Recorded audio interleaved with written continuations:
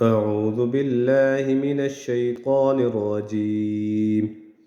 بسم الله الرحمن الرحيم. ومن يقنت منكن لله ورسوله وتعمل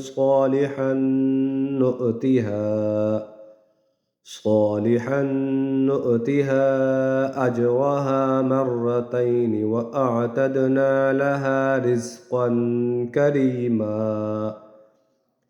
يا نساء النبي لستن كأحد من النساء إن اتقيتن فلا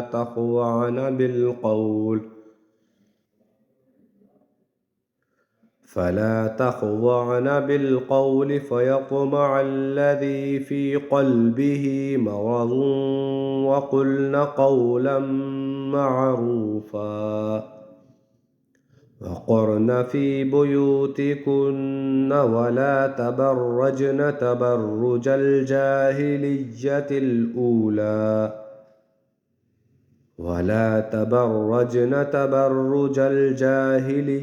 الأولى وأقمنا الصلاة وآتينا الزكاة وأطعنا الله ورسوله إنما يريد الله ليذهب عنكم الرجس أهل البيت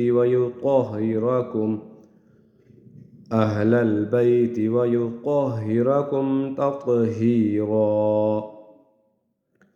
واذكرن ما يتلى في بيوتكن من آيات الله والحكمة إن الله كان لطيفا خبيرا. صدق الله العظيم.